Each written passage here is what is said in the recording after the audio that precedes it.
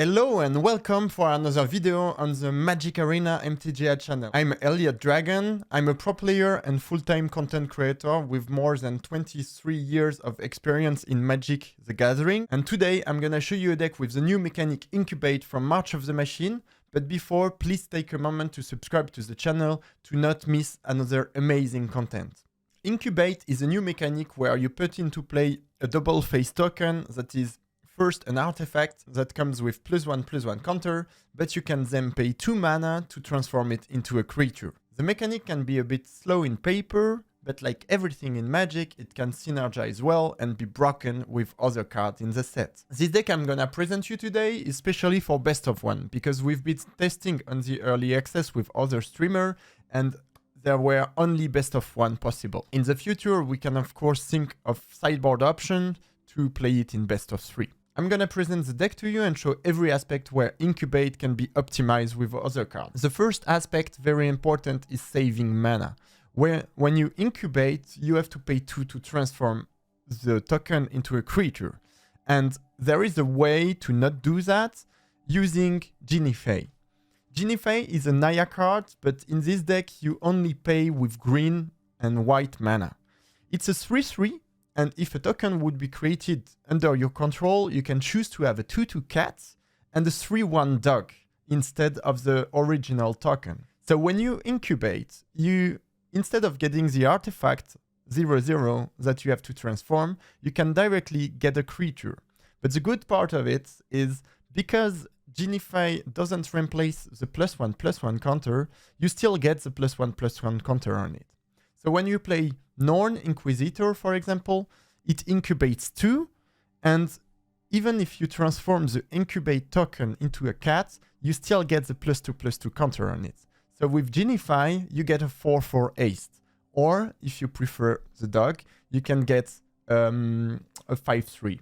You have 3 other cards that are really good into transforming an incubator token. And it's Progenitor Exarch, Elvish Vatkeeper, and Glissa. They all have the ability to transform an incubator token into a creature. So you don't have to pay the mana to transform them, and you can directly have the creature on board. Another aspect with the incubator token is to boost their stats. Non-Inquisitor allow you to have like more counter when you transform your incubator token into creature, so you get extra +1/+1 counter. Elvish Vatkeeper can also transform for 5 mana a token, but you double the number of +1/+1 counter on it. So you can transform your incubator token into 4/4 and even more. The last card in the deck that is giving a huge bonus to tokens is Invasion of Tolvada. It's a battle, so you have to play it. You get the first effect when you play it. And then if you manage to deal 5 damage to this battle, you get the enchantment part and you can have the bonus. The enchantment part says create your token you control, get +1/+0 and have lifelink. It's important to notice that it gives lifelink to every creature you get with incubator token. It could be directly the incubator token, but also the cat and the dog produced by JESKAI. Once you get lifelink on your board, you're gonna have a lot of creature. And the second part is very fun as well. At the beginning of your end step, create a 1/1 white and black token with flying, so it gets a bonus. It's a 2/1 flying lifelink, but you can also replace it if you prefer more stats. You can have a dog to have more attack on your token, or you can have the cat to have more stoutness if you control JESKAI. Another card that is giving a lot of stats and making your tokens unable to be blocked by your opponent is Glissa. Glissa can produce token first. The first ability is very good to swarm the board and make a lot of creature. It's a very good combo with JESKAI because you get every combat step you can get 2/4/4 already transformed with haste, or you can get like two dogs that are 5/3. But you can also like transform all your incubator token at once if you get other incubator token and you didn't have time to pay the mana with them. And the last part is it gives to all Phyrexians you control first strike and death touch. This means that your opponent is not able to block or to win combat because 1 damage in first strike and death touch is killing the creature. So you make basically your board unblockable. One last way to boost your creature is to have like proliferate. All your token will have like +1/+1 counter. When you play Drone in eCore, you get to proliferate on your tokens. So you make all your incubator tokens stronger. And it's also a removal. You need like removals to deal with the threat your opponent is presenting to you. So Drone in eCore in 3, go for the thwart to destroy non-artifact creature. And also the one of Sunfall.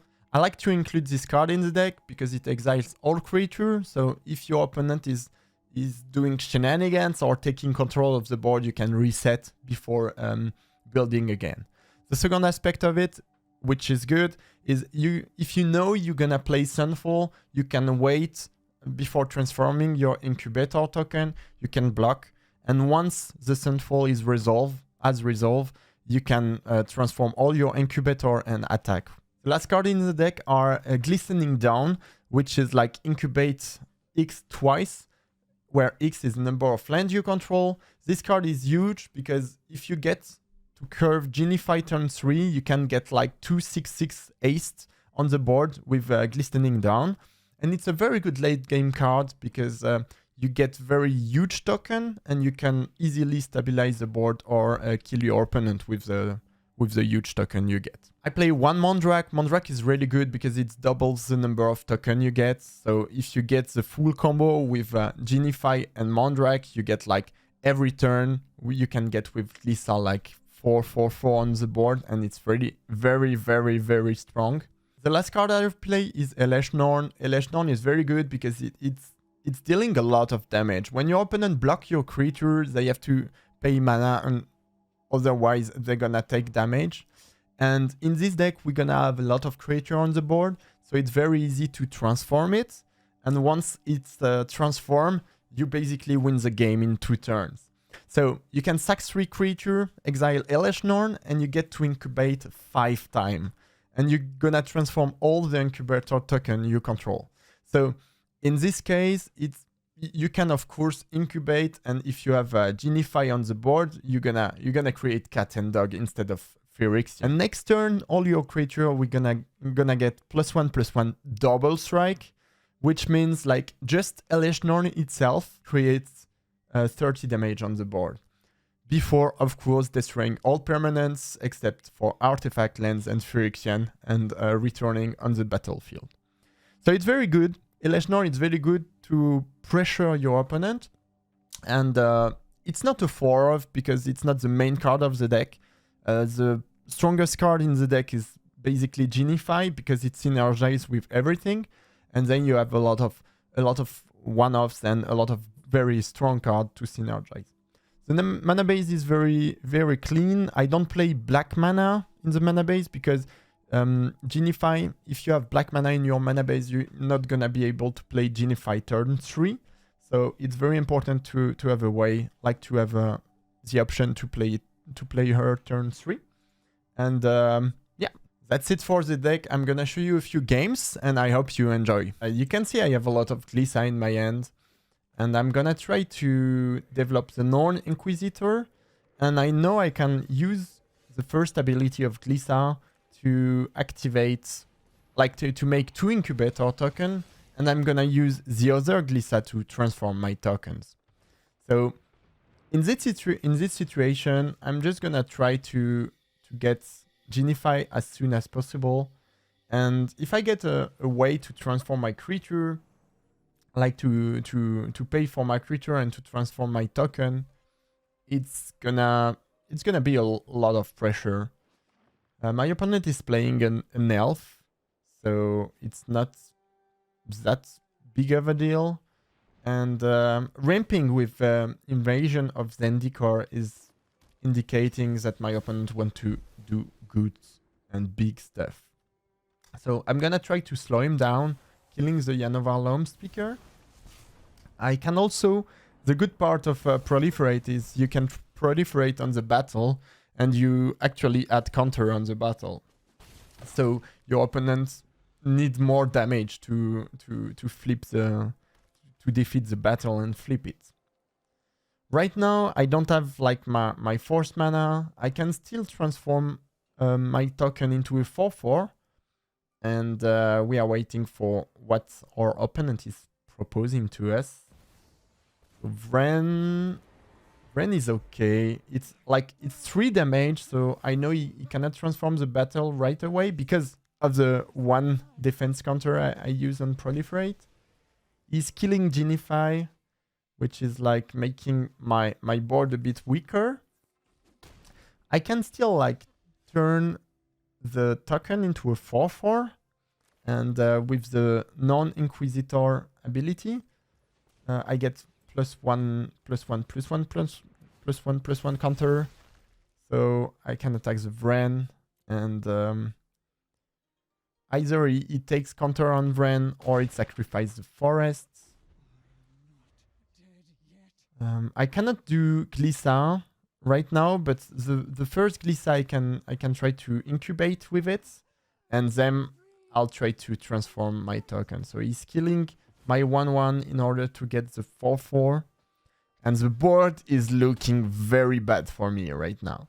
I have a 4/4, but my opponent get a 3/3 and a 4/4 plus a Planeswalker. It's gonna be very difficult to come back. But the first steps is probably drawing a land.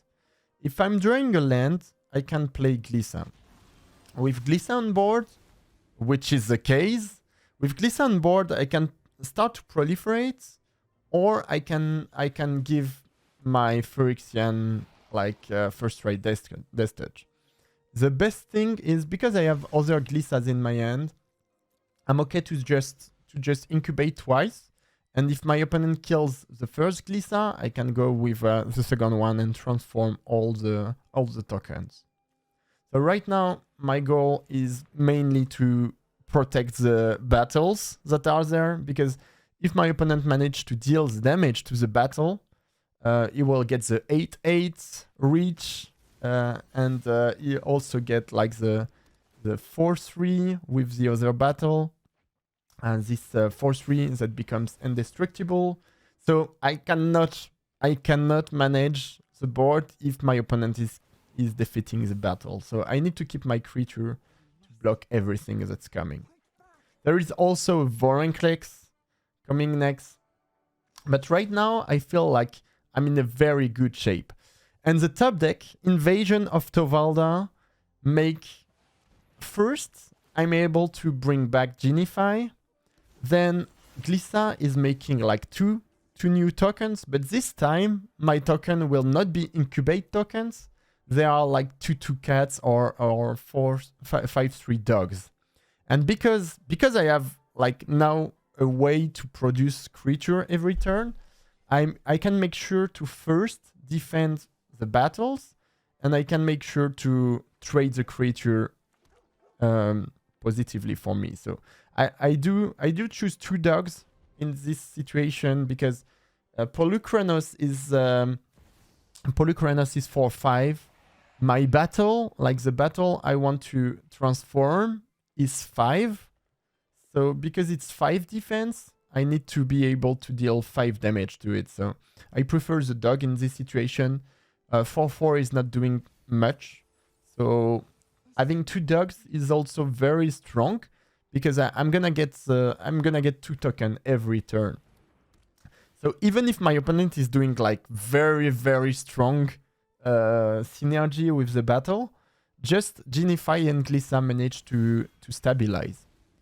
So I was reading Vorinclex because Vorinclex is putting 2 creatures on the board, making 7 tokens next turn. But this turn I have a huge advantage.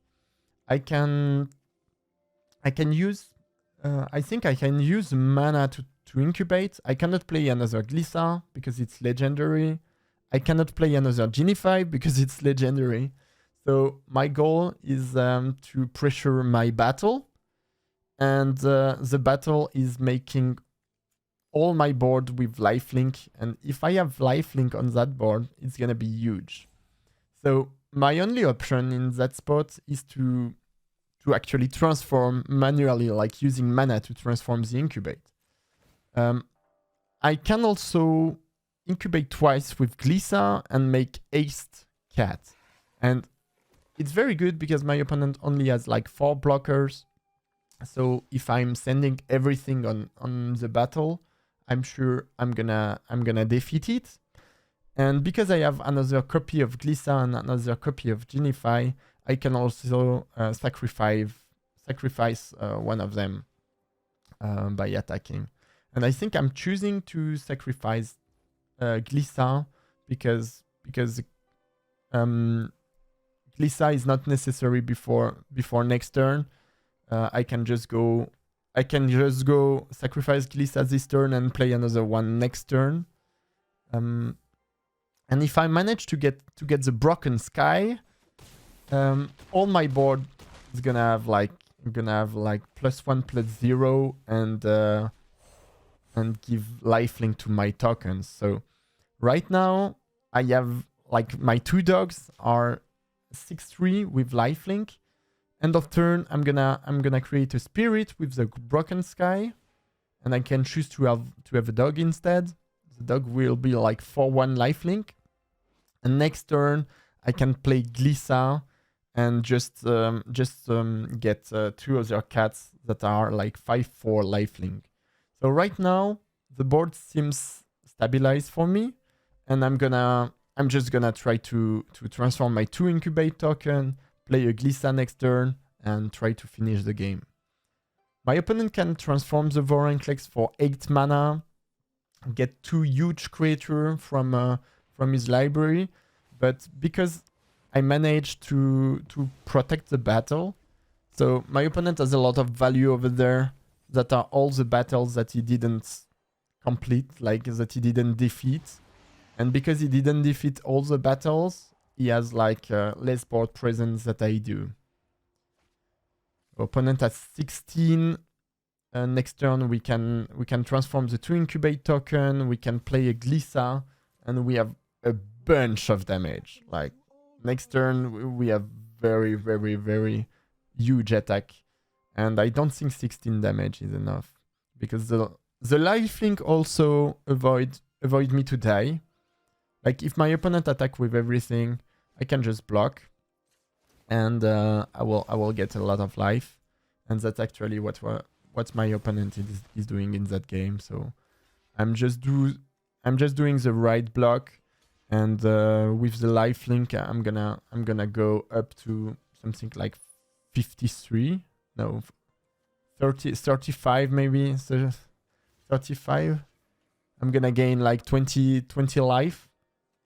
And I'm just gonna counter attack with playing another Glissa, and the game will be over.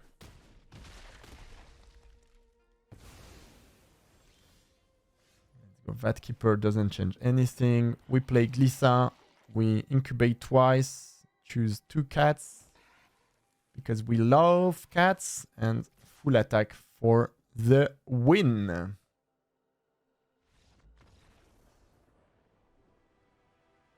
In that game, we have the Genify, we have Progenitor Exarch, and we have Elvish Vat Keeper. And we're gonna try to do something a bit weird. If my opponent is playing a very aggressive strategy, I'm gonna probably play the Progenitor Exarch. If my opponent is a bit slow, I can wait until turn 3 to play Genify, and then I can try to play Progenitor Exarch after Genify to get a 5/5. If you incubate with 3 counter on a cat, it's a 5/5. So I have to try to get a 5/5. I can still play my Progenitor Exarch turn 2 if necessary, but I feel like against mono green or some green deck, I need to try to make Genify work. So in this situation, it worked. Let's go for Genify turn 3, and if Genify is leaving, I'm gonna get a huge board. So my opponent misses a land drop, and I think it's that game I can just play aggressive because I get the 5/5 cats with ace. Next turn I can play non-inquisitor and get another 4/4. So I can just play aggressive using Genify to transform my token, not using the mana to pay for the Incubate. And it's really effective. Like very, very good. I can also, like, if I want, I can also Incubate and transform with Progenitor Exarch. But I mean, Genify is like saving a lot of mana and making the cat able to attack right away with haste is very, very, very strong. Opponent playing a 4/4. He gets 2/3/3, so he has a way to counter attack. But I finally I drew the land, the black land, so I'm able to create another 4/4. And here we are okay to trade because I have 9 power and I know I'm gonna have like non-Inquisitor, Elvish Vatkeeper. So next turn I can, if I draw a land, I can play like Vatkeeper and Inquisitor, like to get two other 4/4 haste. And if everything goes wrong, I just go Sunfall. I just exile everything, make a huge dude, and maybe try to reanimate the cards that are dying next turn with Broken Sky. So right now, I'm in very good shape.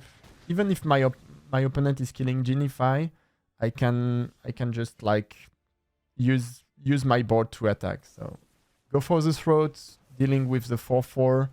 Another non-Inquisitor for next turn. I can trade with Vatkeeper, but in this situation, I prefer just to attack with the 5/5 and keep the pressure with Vatkeeper instead of trading. I can have one more attacker next turn, and Polukranos is not gonna do it. We're gonna play Genify, and this game is gonna showcase you how strong Glistening Down can be. Like if you manage to resolve Genify on turn 3 and play Glistening Down turn 4, you get 2 6/6 haste that are attacking. So in that spot, I just want to draw a land. Any land means like 2 6/6 attacking my opponent. So because I know I'm gonna be the aggro player, I'm trying to attack with Progenitor Exarch. If my opponent don't manage to kill Genify right away, and if I draw a land, I get the board and I get the 6/6. So Eiganjo makes it, and because Eiganjo is here, Glistening Down, making token with like 4+1/+1 counter on it. So I have 2 6/6, and it's not gonna end well for my opponent because he cannot really block the 3/3. He cannot block Genify. The Might are not blocking, and it's like opponent already has 6 life.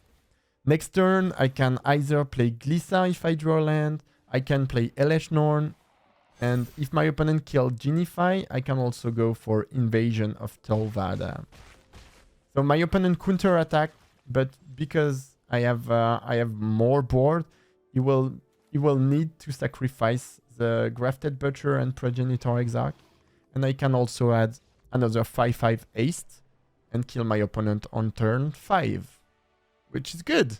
Oh, I think our opponent is no more than Arne Uschenbett. Very good German player. And I think he did some video on the channel already. So please take a moment to check the deck tech and the other videos from him. So in this game, the goal is basically to develop my board. I'm gonna try to incubate with Elvish Vatkeeper, which is a 3/3, so it's already good stat to stabilize the board. Let's go. So first incubation. Maybe I'm gonna make myself a bit smaller so you can see everything. The incubator token is here. I can pay 2 to transform it at any time. In this situation, because I have like white, green, and white, I cannot play Genify. But I can start pressuring with the 3/3 and maybe play another one. I don't have to spend mana right now to transform the token. Like that's the point of the deck. You don't want to spend mana transforming token because you have a lot of cards to do so. For example, Glissa on turn 5 can transform my two tokens. And my opponent can have a Wrath or a Sweeper, and the Sweeper doesn't get the token, so you can attack after that. I have a run in Ecor, so I can also proliferate onto the Phyrexian. So I have already 6 damage. Go for the throat. My opponent can have like Wanderer. I'm gonna just attack with the 2. If he plays Wanderer, I'm gonna lose a creature. And right now I can keep mana open and choose whether I use the Go for the Throat if my opponent plays some things, or if I pay to transform the token. So I have 2 ways to remove creatures. He's at 11, so I have like 6, 7, 8, 9, 10. When false, that's precisely the moment I was talking to you. So you can wait until a sweeper to activate your creature. Okay, I'm gonna attack for 2. Maybe proliferate. Use this for 1. So incubate 3 one time. We'll make a 3/3 incubate tokens, and I can transform it directly with Progenitor's Exarch. So next turn I can use the ability of Progenitor, transform that, use maybe a run in Ecor, proliferate, and with the proliferate I can find maybe the kill. I can try to get it. Oh, nice! My opponent is using Tethered Betrayer of Flesh. So the first activate ability of artifacts costs 2 less to activate. It's very good with Reconner Bankbuster because you can activate for 0. And it's very good as well with Incubate tokens because you can transform them for 0 mana. So it's the first one you use every turn. It means that on my turn, you're gonna be able to pay for 0. And you can also use the -2 ability to transform it into a 4/4. And it's the same for me. It gets it keeps the counter on it. So I'm not in a very good spot actually. I didn't find my lands. I can use drone in Ecor to kill the shark. I think it's very, very useful to get more counter on my board because I'll need to pass the 6/6. I don't want counter on his creature. I just want to boost my tokens. Cannot really activate this because I don't have the mana, so I'm just gonna pass. Maybe try to do this if I find a green mana, and if I find a black mana I can go for the throat and then use drone on this token, but my opponent has 9 cards in his hand. I think it's not gonna end up well. I can go Invasion of Tovalda, but I have nothing to reanimate. Nothing happened on my side of the board. I just played 2/3/3 and didn't find more lands. So my opponent playing aggressive, maybe showing strength, maybe he has a Sunfall. Progenitor Exarch. It's also a very good Incubate deck. You can transform for 0. On my turn, it's gonna transform another one for 0. Okay, we found the land. This is possible. So he only got 3/3s and 1 4/4, where I can actually activate this, get 2 3/3 and 1 4/4. do +1/+1 with Drone. And also removing a blocker. I can go this to get more Incubate tokens. So you're gonna have like 2/3/3 and a 6/6. So if I'm trying to get this and it resolve, I get 2 more tokens, and next turn, if I manage to get the drone, I can have a chance. Otherwise, yeah, if there is a counter spell, I'm dead. So I'm gonna. Yeah, I think I can concede this game, but yeah, there is nothing to do now. So the counter spell backup like seals the deal. I had like maybe 2-3 turns to draw a land to make the last damage. I had a more aggressive start, but the Sunfall really stabilized the board. Like the 6/6 was huge because I couldn't attack in it. The Bankbuster was huge as well. And even if I can go with another 3/3, I don't think I can get it. Okay, that's 7. We can try to steal the game. So I need to block here. Here. I can take 7 and 6. So let's go with that's 13. I go to 1. I kill this. But then he has like 1, 2, 3, 4 plus Wanderer. Let's go. That's the damage that was missing. All right, we have a Progenitor turn 1, Non-Inquisitor turn 2, and Elvish Vatkeeper turn 3. That's a pretty good curve. So we're gonna be able to transform. Oh, that's pretty good because we're gonna be able to transform the Incubator token with the ability of Progenitor Exarch. And it's gonna be fast because this will create a 1/1. I can transform the token into a 3/3 because of this ability. So if my opponent is not killing the Progenitor Exarch, I'm gonna have like the 1/2, the 3/3, and next turn I can also use the Vatkeeper. So of course, if you wonder when you transform the token, if I transform the token because the token is becoming a creature and it comes into play that turn, I cannot attack with the token. Even if usually artifact can be tapped, non-creature artifact can be tapped the turn they come into play. It's not the case if you transform it into a creature. I have a 3/3.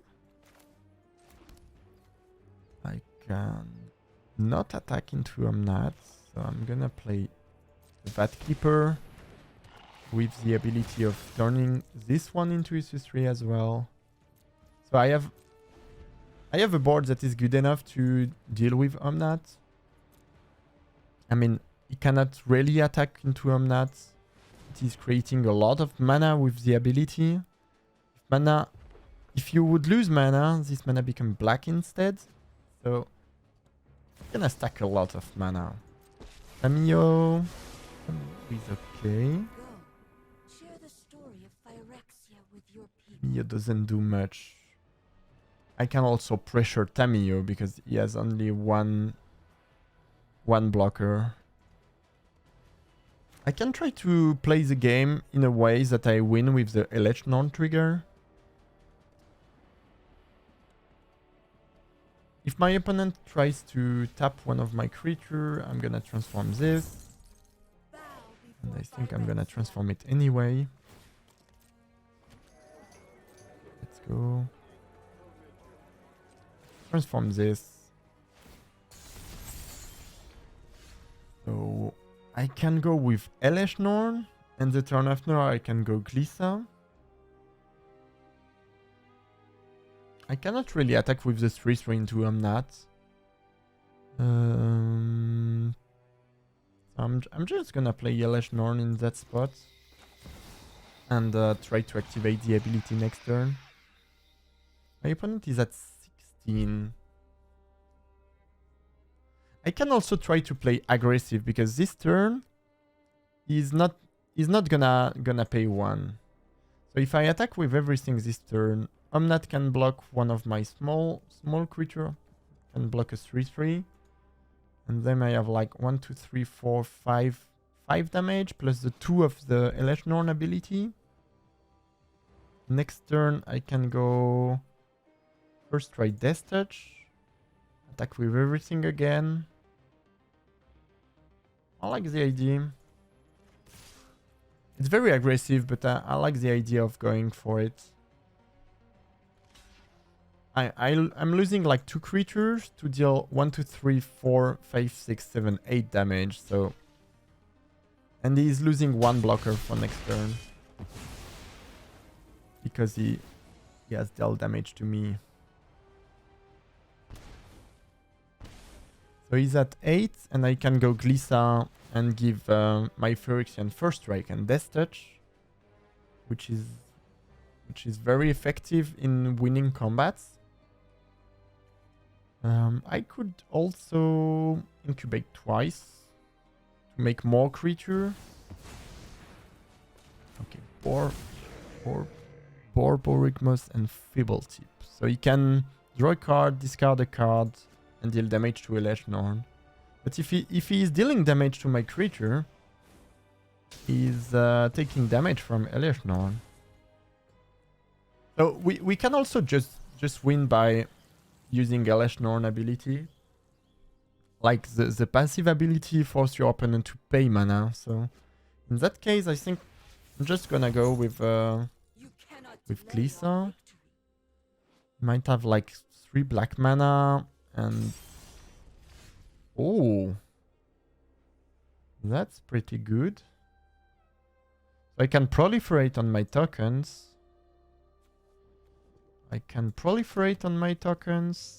To make them 4/4. But this turn, I think I'm gonna go with the Glissa ability. What is the best, to proliferate or to go with Glissa? I can kill on that. Double attack. And if I kill Omnat, I double attack. He has to pay 1. And then he cannot really deal damage to my creature because he's gonna have to pay mana every time. But if I do play Glissa and attack with the 2, with First Strike, he's forced to block 1. And I have Glissa on board for next turn. I think Glissa is the best in that situation. I have to continue pressuring. So he cannot trade this. He can only sacrifice one of his creature. And I still have the Elliott Dragon ability.